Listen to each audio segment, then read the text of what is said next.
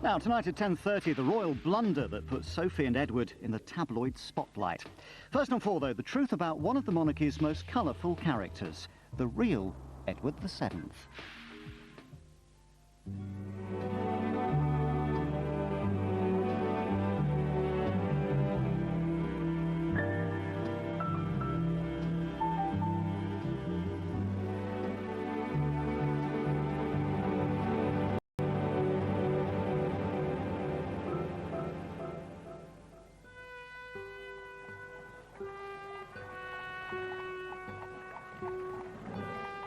At the funeral of Queen Victoria in 1901, her eldest son, now King Edward VII, saluted the crowd from a splendid black horse. This was what he'd been waiting for all his life, and what his mother had always dreaded. He was unfit to be king as far as she was concerned. He could not succeed. Edward had been king in waiting for almost 60 years. Denied a real job, he had sought rewards elsewhere. He simply lived for pleasure. He was a great aphrodisiac, a member of a royal family. And he certainly was a man who took advantage of whatever was going. Once king, he turned himself into a figurehead surrounded by pomp and circumstance. He was a very, very visible king. He loved ceremonials, and he was tremendously good at it. He was, in the words of the song, doing what comes naturally. But the prince who scandalized Victorian society and became a king who indulged his passion for royal pageantry turned out to be the role model for modern monarchs. The future King Edward VII was born in 1841. This family portrait, painted when he was 5, hints at what would become the central conflict of Edward's life, his relationship with his parents. The Queen and Prince Albert looking regal, the Prince with an admonishing finger towards his heir apparent. Victoria looking out to the world, not looking at her family at all, in regal serenity. Edward carried an extraordinary burden of expectation. Victoria announced the birth of her son and heir to a relation by saying, "He is to be called Albert, and Edward is to be his second name. You will understand how fervent my prayers are to see him resemble his angelic, dearest father in every..." She and Albert certainly had a very passionate marriage. That in some way explains her relationship perhaps with her children.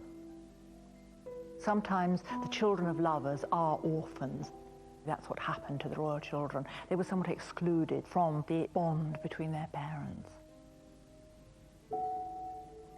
Edward's isolation was increased by his parents' other mutual passion, the family business. These twin desks pushed close together like that symbolise absolutely the royal firm, the king and queen as a partnership, as a ruling partnership. Victoria's desk with her pictures on it, with all her writing implements, the knobs to call the servants. Albert's desk with his blotter, his inkstand. And they pushed their desks together and would work side by side on papers of state, on royal dispatches. For Victoria, hard work offered protection from her dark side, which she feared she had inherited from her wicked uncles. That's what she called her predecessors, the Hanoverians. Victoria believed her uncle's excesses had almost ruined the monarchy's prestige. With Albert's help, she set out to repair that damage. Central to the plan was Albert Edward, known as Bertie. From the age of 7, he was subjected to a grueling academic program designed to suppress Hanoverian-style self-indulgence. The study regime that Albert prepared for his son began at about 6 hours a day of tutorial study. Gradually, it was extended to about 8 hours a day. Edward was slow to learn, slow to read, slow to write. He wasn't very good in mathematics. He wasn't very good in reading. He wasn't very very good in history. He was a terrible history scholar, and his father was appalled. Edward probably had attention deficit disorder, which meant that he was impulsive, that he was inattentive, he was in need of constant physical activity. The boy rebelled. His tutor described how once Bertie had thrown dirt and swung a large stick at me. Another time, when the prince was 11, he went to the window, stared out the window, and eventually, when he was asked to come back to his desk, his father had to thrash him for that because of his willfulness, his stubbornness, his... Sad and anxious about him. He is so idle and weak. It was one thing to say that he ought to be an example to his future subjects, but to say that he should be exactly like his father was too demanding. And the parents therefore left him with a sort of perpetual sense of failure.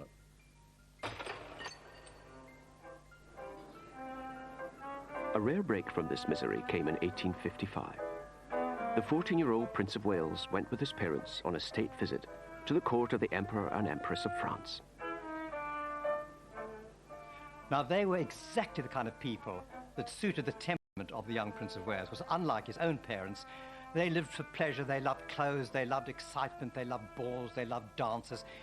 This simply set his pulses racing.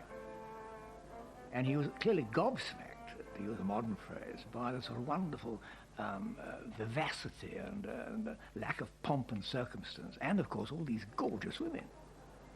There they all were in their ball gowns, you know, bowing to him, and to a 14-year-old boy, what more do you want? The imperial couple made a tremendous fuss of the teenager. Edward's response revealed the depths of his unhappiness. When they were about to leave, Edward told Napoleon, "You have a very nice country. I wish you were my father." And he wanted to stay in France. And the emperor said, "Oh, you can't stay here. They need you back home." Home, for much of Edward's childhood, was Osborne House on the Isle of Wight. It was meant to be a holiday home, but there was no let-up in the character-building regime. At Osborne, the playground was an allotment. The idea of Victoria and Albert for the children with these gardens was to make them productive, was to make them work hard and systematically. It was a regulated childhood, and they grew vegetables, and vegetables were checked, and if they were of sufficiently high quality, they were actually sold to the house. So in a sense, make them part of the domestic economy and make them very responsible citizens from a very early age. His high-minded parents despaired of the teenage Edward. Looking ahead, Victoria fretted about what would happen when the young prince was old enough to do as he wanted. Bertie continues such an anxiety. I tremble at the thought of when he will be of age and we can't hold him. It is too awful a contemplation. In 1860, Edward's parents took a gamble. Hoping to confront him with the awesome... They made him stand in for the Queen on an historic 3-month tour of staunchly Republican America. He was just 18 when he became the first British royal to visit the United States. He was a very important person, literally a VIP, as we would use the term now. At almost every stop, there was a ball in his honor. He even went to the White House and was greeted by President Buchanan, and he learned how to handle this with grace. Edward lapped up the applause, on one occasion exclaiming in delight, "This for me, all for me." Nourished by the warm reception, a new Edward blossomed. His geniality shone through, and people talked about him constantly as the genial prince. The trip was a tremendous success. It was a success for British foreign policy. It was a triumph. Edward had learned that for a royal, smiling and being charming were just as useful as desk work, the last thing his parents wanted him to discover. Letters were written home by the minister who was with him and that sort of thing, saying what a splendid success he'd been. And Prince Albert simply refused to believe it. And he wrote him a rather disagreeable letter, saying that he mustn't allow his success to go to his head.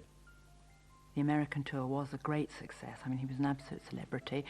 All his best side was shown. I mean, his sociability, his diplomacy, all that came out. He really made a great success of it. He was a very young man when he went. But his parents didn't appreciate that. They didn't congratulate him on it. And it was another example, I think, of them wanting him to be something else, something that he never was and never would be.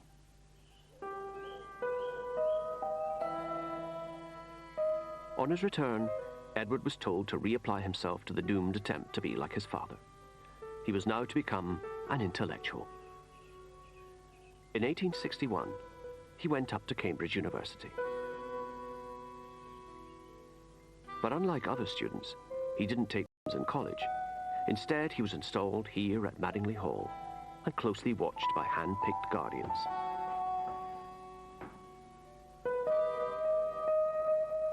When we realized that Madingley Hall is 4 miles from the campus of the university, we understand something of why he was here. The royal family did not want him with undergraduates. They didn't want him too close to the decadent gentlemen who were students at Cambridge. But Edward invited some fellow students to Madingley. Among them was Nathaniel Rothschild, who wrote, I have received an invitation to dine at the lodge on the 28th to meet the Prince of Wales.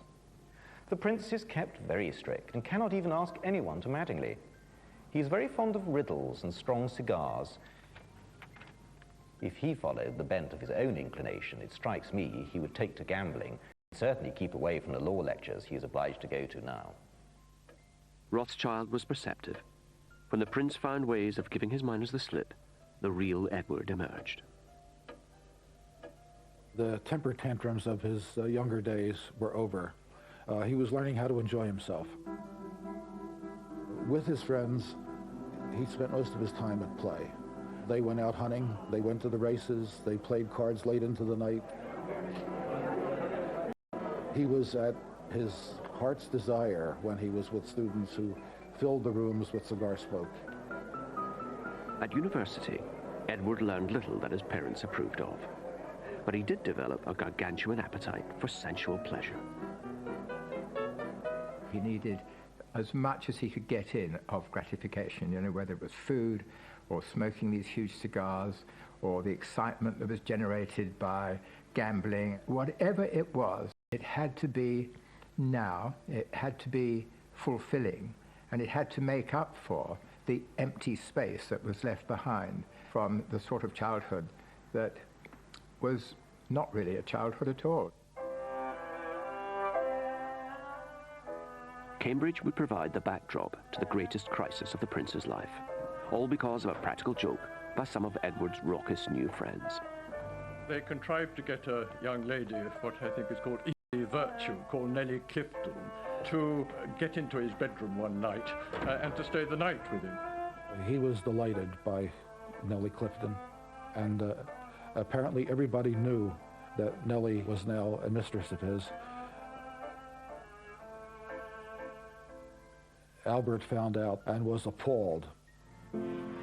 I write to you with a heavy heart on a subject which has caused me the deepest pain. I having to address my son as one who has sunk into vice and debauchery. Victoria, don't forget, and of course her husband Albert too, were very anxious about her mad, dissolute uncles. Anything that suggested a sort of throwback to their dissolute ways appalled them.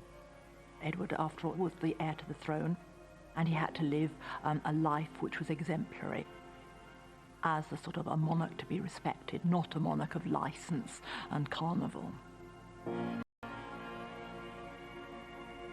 Both parents overreacted, deeply concerned, and decided that he must pay a visit to the Prince of Wales at Cambridge.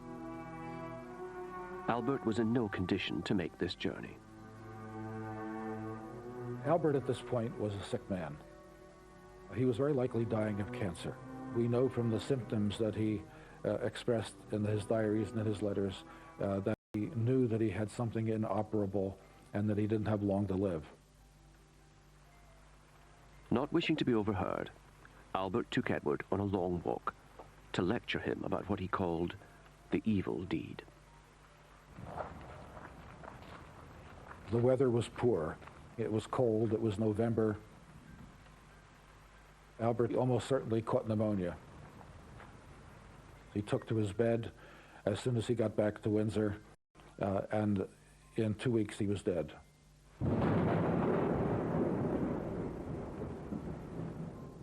On the 23rd of December, 1861, Prince Albert was buried in the chapel at Windsor. Victoria was absolutely distraught with grief.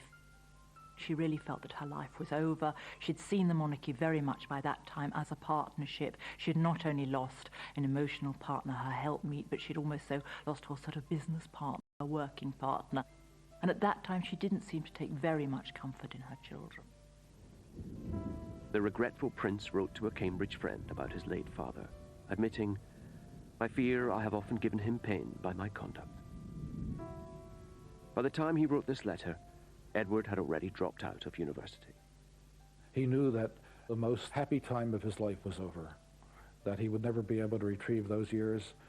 He would have liked to have stayed longer, but he now felt that he had to take his father's place, to be the leading male member of the royal family. But Edward was in for a shock. The Queen attributed Albert's death, I mean totally irrationally and unjustly, to the Prince of Wales. And she wrote a letter to her daughter Vicky after Prince Albert had died at the end of 1861. And she said in this letter, it was Bertie's fall, that's what she referred to the incident with Nellie Clifton as, Bertie's fall killed his father. And then she said, it's rather awful, that... Oh, that boy. I never can or shall look at him without a shudder. You've killed your father. I mean, a dreadful thing to tell a child, isn't it? And he carried the burden of patricide for the rest of his life.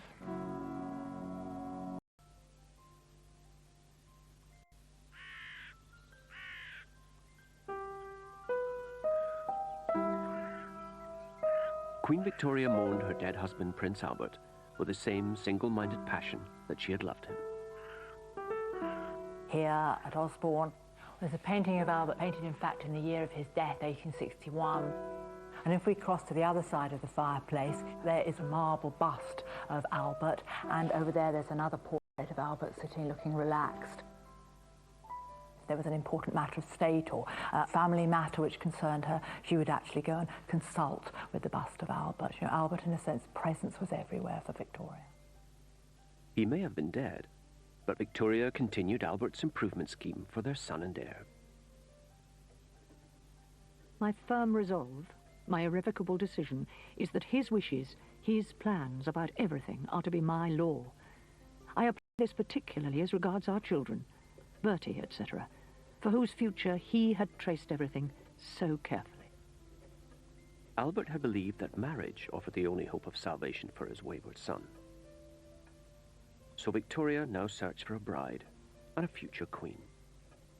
The Act of Succession made it necessary that he have a Protestant bride, and the bride had to be within certain age range, and she also had to be attractive. Pictures were solicited from various courts. Edward's elder sister Vicky had recently married Prince Frederick of Prussia, so she was well placed to trawl the Protestant courts of Northern Europe for a suitable bride. She sent her mother photos and descriptions of the leading candidates. I do not think the Princess of Hesse very pretty. She had not a fine figure, and her teeth are nearly spoiled. Princess of Wied is so odd. She talks so much and laughs so loud. Eventually, a winner was found. I never set eyes on a sweeter creature than Princess Alex. She is very healthy. This was Alexandra of Denmark. Alexandra was very young. She was 17 at most when they first targeted her, possibly even 16. She was one of the most beautiful girls in Europe, and they thought that that would perhaps be sufficient make her attracted to the Prince of Wales. And so they decided that they must get on with it and that she was the wife for him. Edward was dispatched to the continent. Left alone with his mail-order bride, he did his duty and proposed. It's difficult to say quite how passionately he fell in love with her at the time, but I think perhaps fell more in love with him than he with her.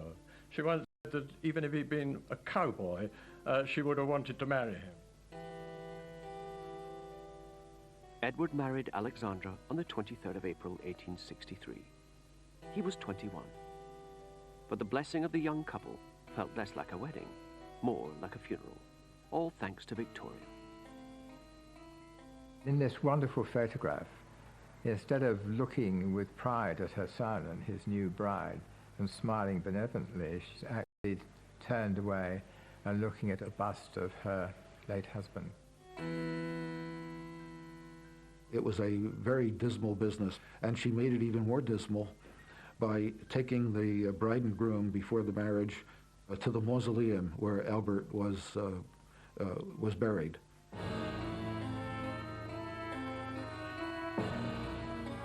She's saying, this is the father that would have been there to bless you, and this is the father that is always there. This is the father to whom you have to live up. It is a most poignant picture.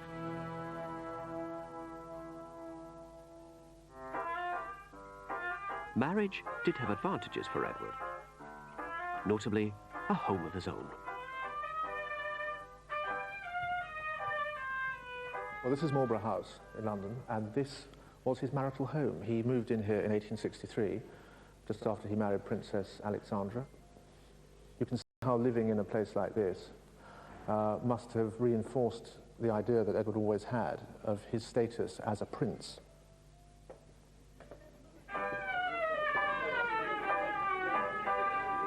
Independence liberated Edward's natural instincts, which his parents had tried so hard to suppress. He and Alexandra held parties every night, and few would refuse an invitation from the Prince of Wales. Soon, Edward and his smart friends were known as the Marlborough House set.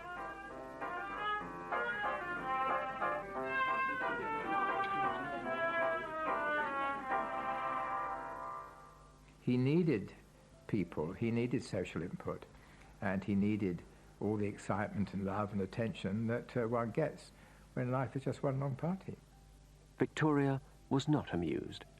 She felt that Alexandra was not very clever and had not acted as the sobering influence which she had hoped for. I fear Bertie and Alex will be nothing but two puppets running about for show all day and night. It is regretted by everyone. The marriage worked for a time because Alexandra was liberated just as the prince was liberated by the marriage, but it ended. Years of marriage, Alexandra bore 2 children. Then during her 3rd pregnancy, she fell seriously ill.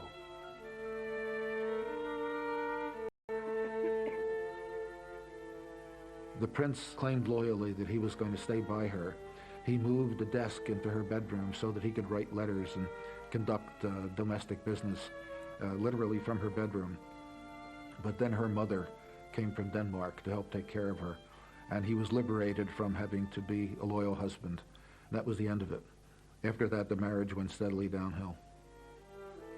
Although he had tried hard to behave like his noble father, Edward was no Prince Albert.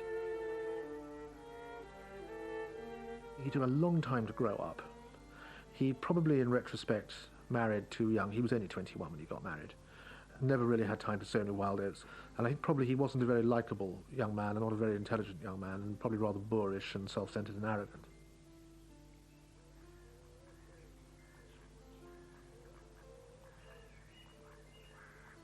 Walton Hall in Warwickshire, for centuries the seat of the Mordaunt family.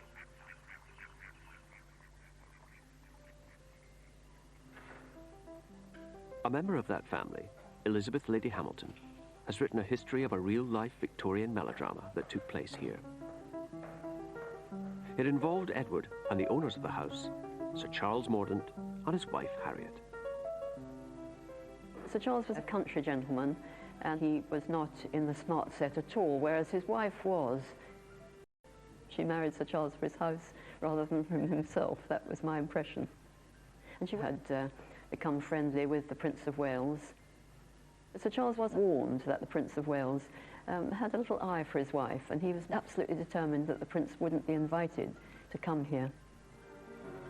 But in the summer of 1868, Sir Charles went on a fishing holiday to Norway, and Edward raced up to Walton Hall. He had invited himself to view some grey ponies that Harriet had bought from the royal stables. There she was, wheeling around, looking very pretty, I'm sure.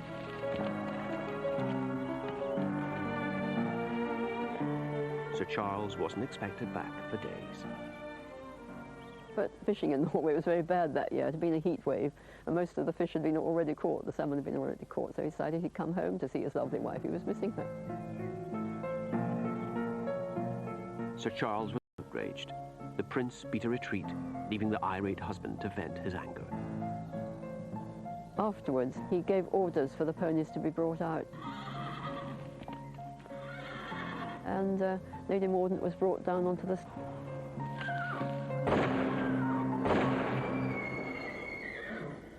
And then the following year, Lady Mordaunt gave birth to a baby here at Walton Hall. Then she became very agitated, and Sir Charles kept asking her what was the matter, what's wrong.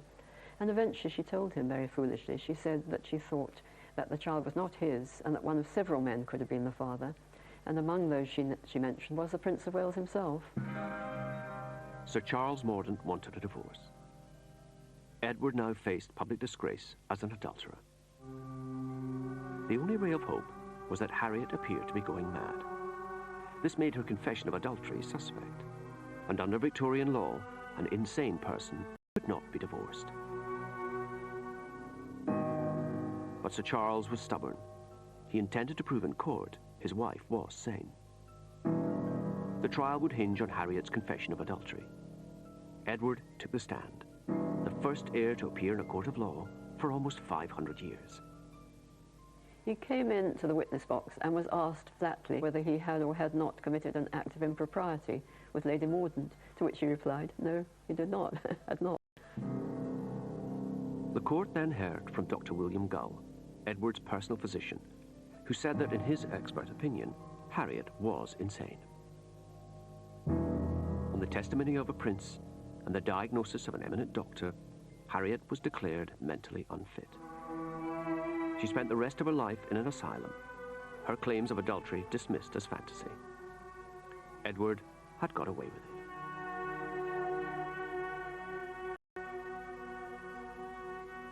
He has the opportunity, because of his very specially elevated status, to be above the normal sins that ordinary people get stuck with. And he learned it, and he learned that it was useful to him to have that status.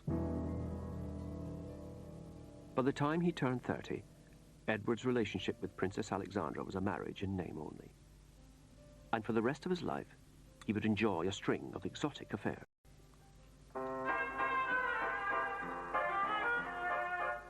There was Lily Langtry, a model turned actress. Cora Pearl, a famous courtesan. Lady Daisy Brooke, whom he called my darling Daisy wife.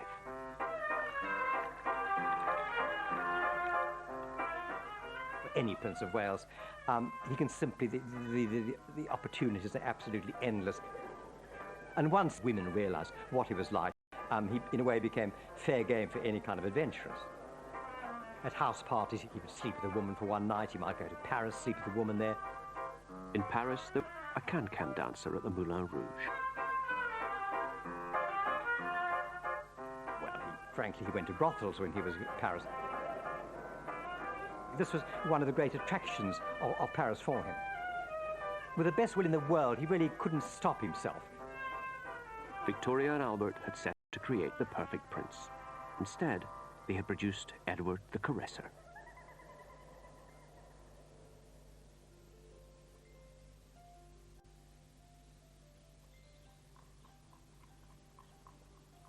By the time he turned 30, the future King Edward VII had few illusions about what being Prince of Wales meant. Wealth, status, and unemployment. He wrote to his mother saying, "I should be very glad to have an opportunity to discuss the subject of some useful employment as your eldest son, and which I'm as anxious as ever to obtain. Queen Victoria was a busy monarch. She worked her way through the red boxes which contained government papers, commenting and interfering. Her late husband, Prince Albert, had helped with her workload, and even had his own key to the boxes. When Edward asked for one, Victoria replied, "You could not well have a government key, which only ministers and those immediately connected with them or with me have." The prince was impulsive, and his impulsiveness led him into indiscretion, and she realized that to give him any access to information was wrong, because he could not contain it. She wanted to keep in full control, and so she was very, very reluctant to let him see government dispatches or any Foreign Office documents or anything like that. In many ways, she fueled the fire of Edward's rather unemployed youth style of life, because he wasn't seen to have a role in it. It must have been very frustrating and somewhat humiliating.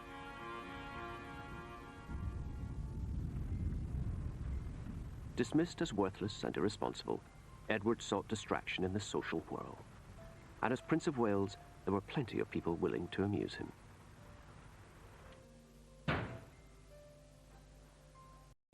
Christopher Sykes is a descendant of a leading member of Edward's Marlborough House set. It's rather lucky that great-great-uncle Christopher left us this fantastic legacy in the form of these wonderful photograph albums, which really chart his social life. There is Christopher Sykes. Oh, he's enormously tall.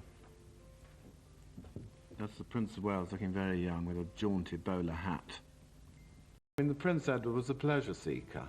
His social life was sort of an endless round. At Goodwood House here, this would have been for the races. This is a shooting party at Eastwell, Wadston, the Rothschilds' house.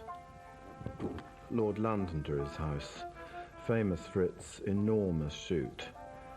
Prince Edward would like to shoot thousands of birds. Christopher became known for being one of the great hosts. You know, knew exactly how to please the prince. You know, each party would be more and more lavish. As well as exploiting their hospitality, Edward found that he could vent his frustrations on his hangers-on. At some dinner party at Marlborough House, the prince poured a glass of brandy over Christopher, and Christopher just sat there with the brandy trickling down his face, and then sort of very slowly turned to the prince and just bowed his head and said, "As your Royal Highness pleases." Now that caused absolute sort of uproar amongst all the other guests. I thought it was the funniest thing they'd ever heard. And from that moment onwards, there was sort of no holds barred as far as teasing Christopher was concerned. You know, they used to sort of put him under the dining room table and spear him with billiard cues. And they put live animals in his bed.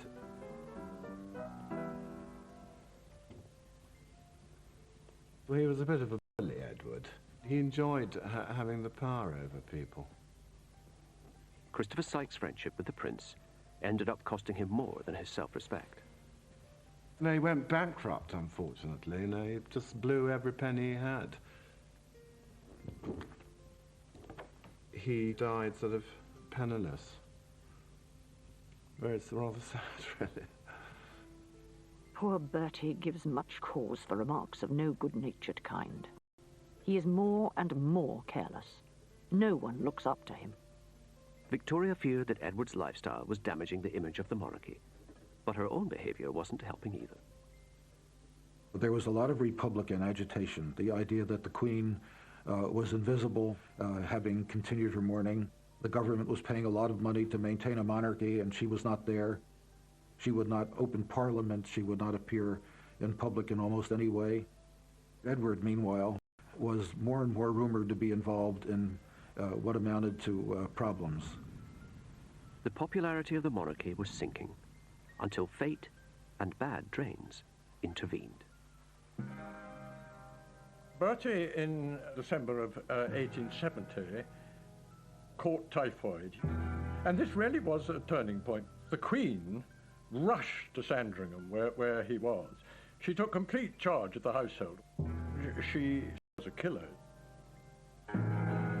The plight of the royal family touched a nerve. The invisible queen and her playboy heir became just a terrified mother and her dying son. Edward's timing was perfect. His illness reached its climax on the same day of the year his father had died. On the morning of December the 14th, he suddenly opened his eyes, saw the Queen, and said, "How very kind it is of you to come and see me." 2 months later, Edward, still weak from his illness, went to St. Paul's Cathedral to publicly give thanks for his recovery. Thousands came to watch and cheer. Totally by accident, the Prince of Wales had pulled up British republicanism by its feeble roots. The result was a feeling of great relief around the country that the succession had been saved, that Edward was going to survive and become king. And it was also thought that because he had come through this near-death experience, that he would be renewed, he'd be a different person, that he would understand that he had a new chance at making a dignified life for himself.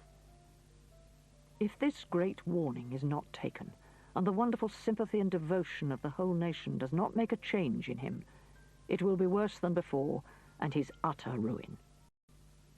For once, Victoria followed her own advice. She gave her son a job. In 1875, he was sent to India on the first royal visit since the mutiny. There was no chance that his mother was ever going to go to India. In fact, I don't think she ever visited any of her dependencies around the world anywhere. It was a means of associating him with, to use a much-used metaphor, the jewel in the crown of the British Empire, and to show that he could go abroad as a representative, not just of his country, but of his family and the institution that they represented. And it certainly was very good for his own public relations. Edward had been persuaded to visit India by the prospect of the hunting. And along the way, he did manage to bag 8 tigers. But amidst the carnage, the prince's personality, above all his easygoing charm, served him well. He enjoyed himself, but he also represented the crown, and he did so with flair, with dignity, with great ceremony. He was a tremendous envoy, ambassador extraordinary. It was a complete success. But any pride Edward might have felt was ruined when he read in the Calcutta Times that back home his mother had been created. He now saw his hunting trip had a secret agenda, to test public reaction to the Queen in the wake of the mutiny, and no one had told him. The prince wrote home complaining, "As the Queen's eldest son, I think I have some right to feel annoyed," adding, "I should have received some intimation of the subject from the Prime Minister." Monarchs think they want to have an heir, but in fact it's the last thing that they want to have. In a way, she was sort of trying to train him for monarchy, but of course she kept him in this perpetually infantilized state. Denied a meaningful role, Edward approached middle age as a loose cannon on a ship of state. Disaster was inevitable, and when it came, would be as spectacular as anything in his life so far.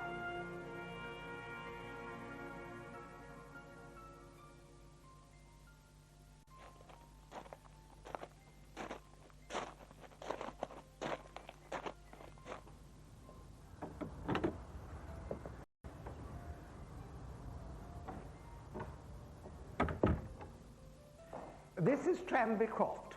It was, I suppose, the stately home of a family called Wilson, who made a lot of money in shipbuilding. The disparaging term, I suppose, was nouveau riche. And Mrs. Wilson wanted to get into society. And the way to get into society was, indeed, to become a friend of the Prince of Wales. Edward came to stay at Tranby Croft in September 1890, during the Doncaster races. And it was here that his playboy lifestyle reached its climax, triggered by the scandalous behavior of one of Edward's favorite cronies, William Gordon Cumming. This is the room where the famous scandal took place. Having had a lovely day at the races, having had a splendid meal and everything else, the Prince of Wales turned round and said, "And now we will play cards." And the cards he wanted above all else, because he was addicted to it, was this illegal one of baccarat. Baccarat gambling was illegal because this was a game of pure chance.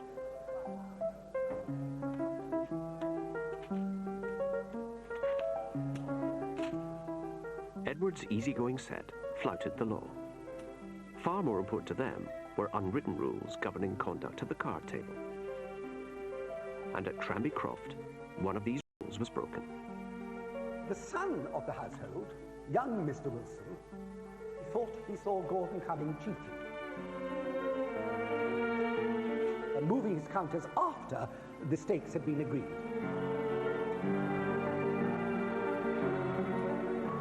And gradually... For cheats was exposure. But they couldn't expose Gordon Cumming without revealing that the heir to the throne had sat in on an illegal card game. So Edward told his friends to deal with the cheat as quietly as possible. So they then decided on a disastrous plan, which was to persuade William Gordon Cumming to sign a document undertaking never to play cards again. And if he did that, then they wouldn't tell anybody and nobody would be prosecuted. Although Gordon Cumming denied he had cheated, he signed, saying that he was doing so to protect the prince from public scandal.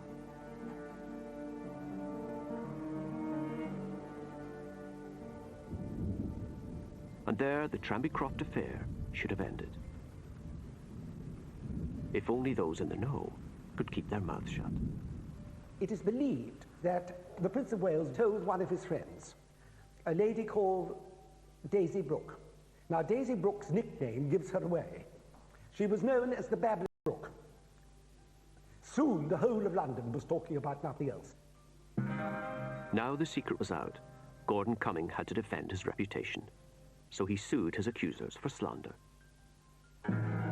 Although not a defendant, Edward was summoned as a key witness. This was very embarrassing. Age 50, he would be in court again. Queen Victoria was dismayed. It is a fearful humiliation to see the future king of this country dragged, and for the second time, through the dirt in a court of justice. A terrible humiliation. Edward was furious. He felt Gordon Cumming had no right to wash his dirty linen in public, and so risked damaging the reputation of a royal prince. He called the trial unnecessary and abominable. Barrister Peter Clark is a descendant of Gordon Cumming's lawyer and has made a study of the Tranby Croft case.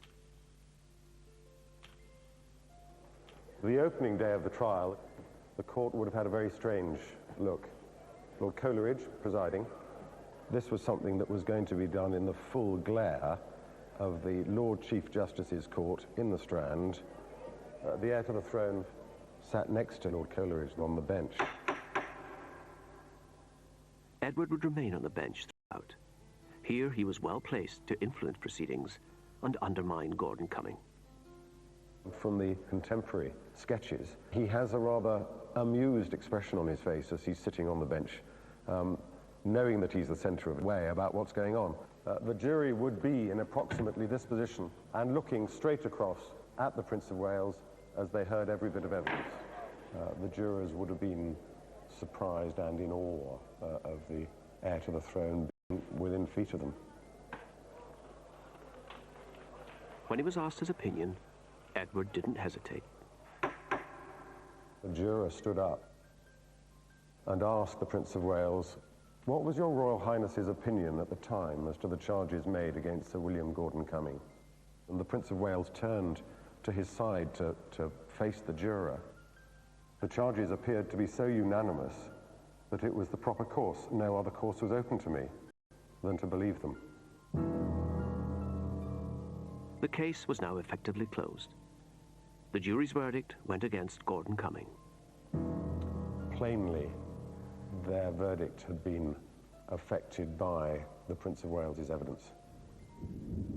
Gordon Cumming faced social death. Edward's dignity had been wounded, but not fatally. The whole Tranby scandal affected him tremendously, because again, here he was in court, and to the world revealed the fact that there he was gambling for money. It seemed to underline what his mother had all along been saying, that he was feckless, that he lived for pleasure, that he was indiscreet. And it was sobering, and coming late in life, when people thought he should have been too old to be leading that kind of life anymore, it did have a certain effect on him, definitely. After Tranby Croft, Edward finally graduated from adolescence into adulthood, just in the nick of time. By the 1890s, he's 50. He is aware that his mother, being in her 70s, can't go on forever. And I think what we see changing in him is the knowledge that he could any day wake up and find that he is king, which is perhaps something he hadn't felt 10 or 15 years earlier. And I think to an extent he kept slightly more careful company after that. A sign of Edward's maturity was his new mistress, a society lady, Alice Keppel. Like her direct descendant, Camilla Parker Bowles, Alice would become the long-term companion of the Prince of Wales. She was, like all his mistresses, a very beautiful woman, a very well-dressed woman, the kind of voluptuous sort of woman that he liked.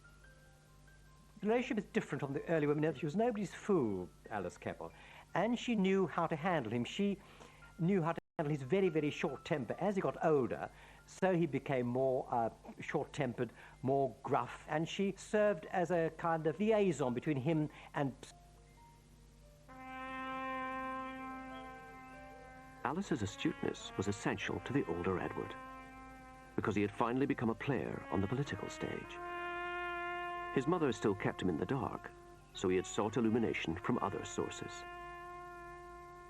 Marlborough House was the pinnacle of British society in the late 19th century. Anybody who got an invitation to come to dinner here had arrived. And whenever his smart friends came here, they would be talking about politics, because that's what they did for a living. This is where he would ply them with a drink, take them to dinner, and find out what was going on in the world. And where he would acquire what he thought was the level of knowledge and understanding of current affairs that someone in his position ought to have.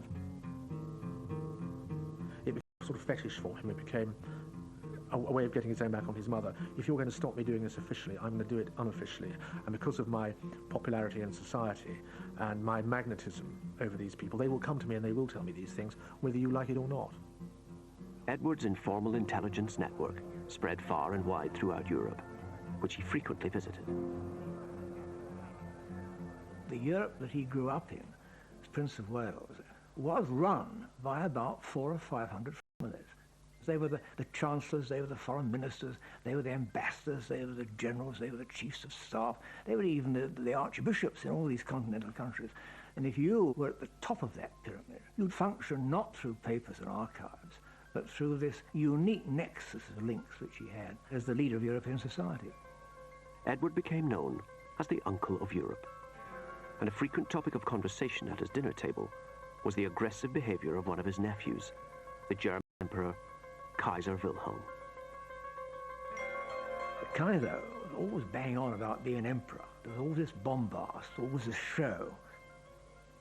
But total unpredictability. He did perfectly calm and peaceful for a month or two at a time, and then suddenly something would get hold of him, and he'd make some great undramatic, bombastic, arrogant speech, which would set the whole of Europe twittering. They'd say, good God, what's Germany going to do now? Although 18 years his junior, the Kaiser had what his uncle didn't have: power. He dismissed Edward as that vain old peacock, and Edward's dislike of his nephew was no secret. To describe that relationship briefly, one could only say that it was bad on both sides. It involved imperial rivalry, it involved naval rivalry. The Kaiser built an enormous navy, which only could really be directed against us, or at least so Edward thought. For Edward, German power. His other major anxiety was his mother's seclusion. These 20 seconds of film offer an exclusive glimpse of the Widow of Windsor. To the general public, the Queen remained simply invisible.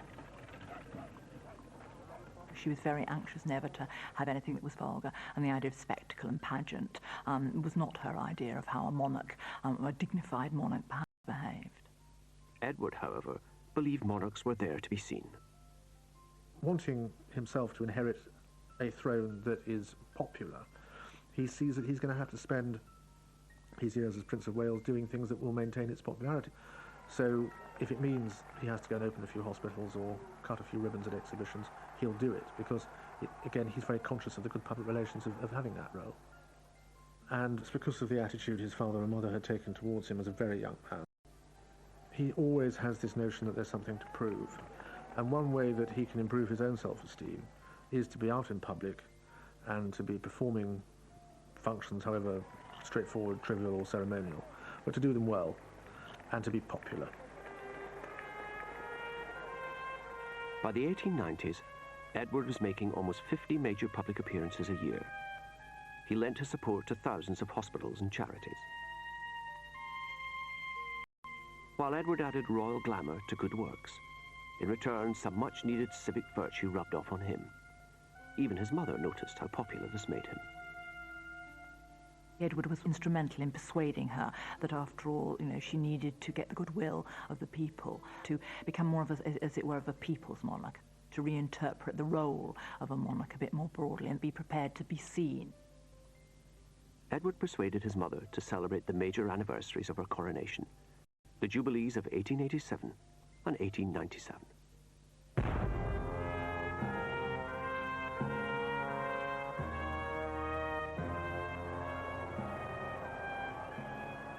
The impresario of the Jubilees was Edward.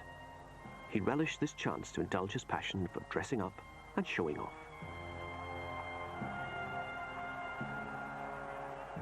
What both the Jubilees mean to him is that because he has now for 25 years been, as it were, the centre of social life in this country, then naturally he plays a very full part in those Jubilees. It's a showcase for Britain, it's a showcase for the Queen, it's also a bit of a showcase for him. The cheering crowds believed they were celebrating the climax of the Victorian era. In reality, they were enjoying a preview of the Edwardian age to come.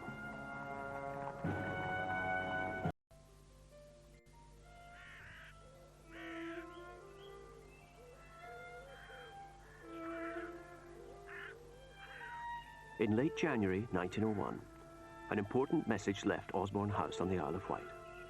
It bore the news Prince Edward had waited for all his adult life. The message was from Sir James Reed, Queen Victoria's doctor. His diary records what he said.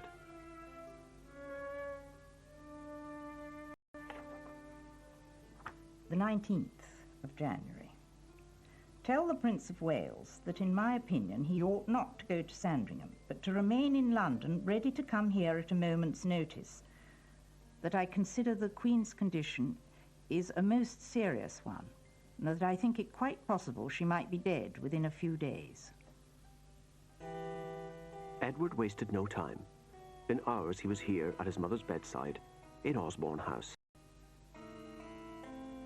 In the evening, I took the Prince of Wales to see the Queen and to speak to her.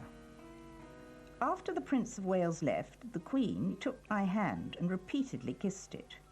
She evidently, in her semi-conscious state, did not realize the Prince had gone and thought it was his hand she was kissing. Victoria's dying thoughts reflected her lifelong anxiety about the succession, as Reed's diary reveals. She looked in my face and said, I should like to live a little longer, as I have still a few things to settle. I have arranged most things, but there are still some left, and I want to live a little longer. I don't think she ever said that gracious, wonderful speech that the Prince of Wales had hoped for, that, now I have full confidence in you, as it were, go forth and rule. I don't think that ever happened. Edward's last moment with his mother was typical of their difficult relationship. It was spoiled by the presence of his arch-rival, both personally and politically, Kaiser Wilhelm. Prince Edward did not want the Kaiser to come. None of the royal children wanted the Kaiser to come, but he professed a great love for his grandmother. He insisted that he wanted to be there, and he came. 22nd of January. The Queen is sinking. I had for the last hour been kneeling at her right side, supporting her in a semi-upright position, helped by the Kaiser, who knelt on the opposite side of the bed. The Prince of Wales was sitting behind me at the end. All the rest were round about. Her pulse kept beating well till the end, to close her eyes.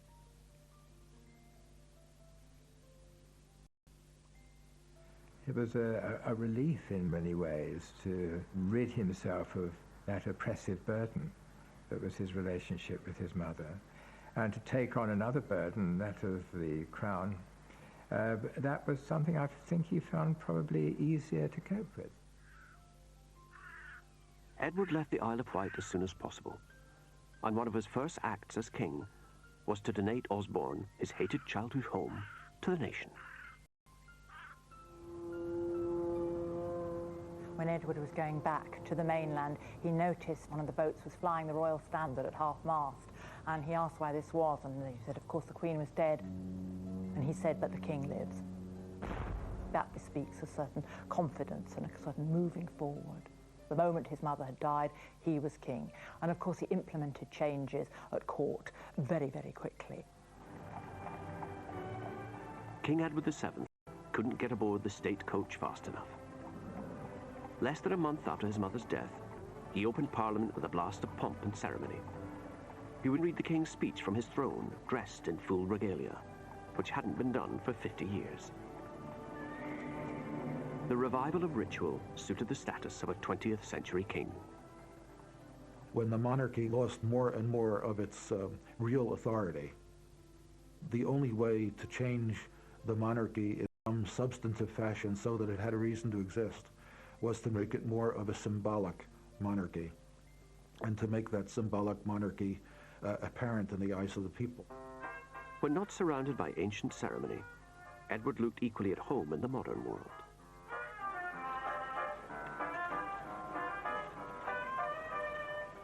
And he was always interested in new fads and fancies. He was for every one of them. He learned how to ride a bicycle, for example, because it was a new fad. He took up golf briefly. Edward always liked new things.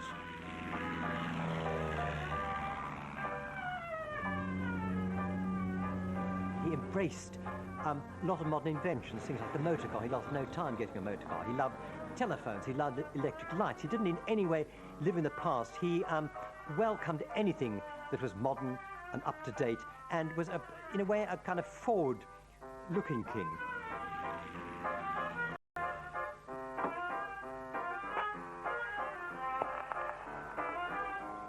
It was the beginning of a new century.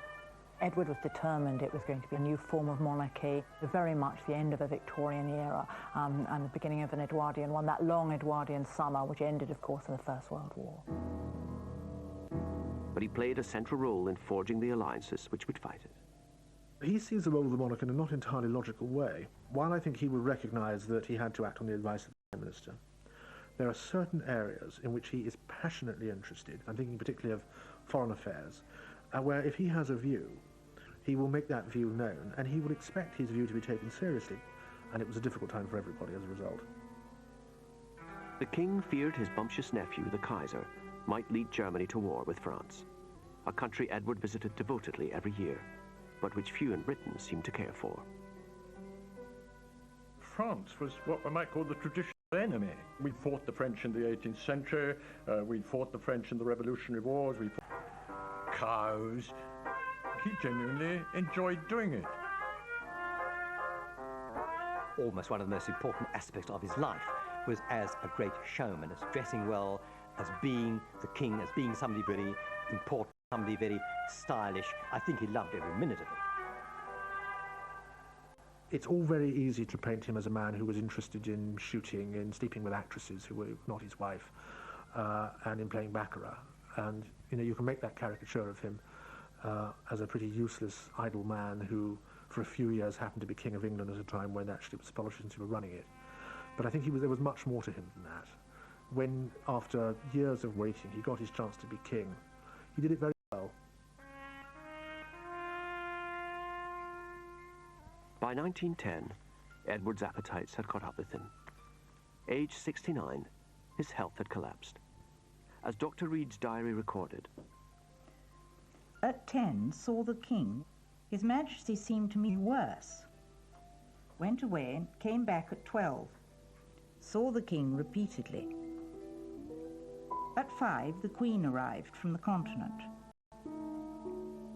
but even at the end, Edward dodged the respectability he'd spent a lifetime evading. Queen Alexandra wasn't the only woman at the king's bedside. His mistress, Alice Keppel, insisted on being admitted to say her last goodbye.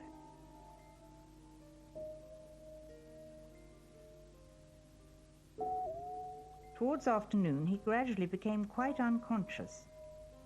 At 11:45, he died.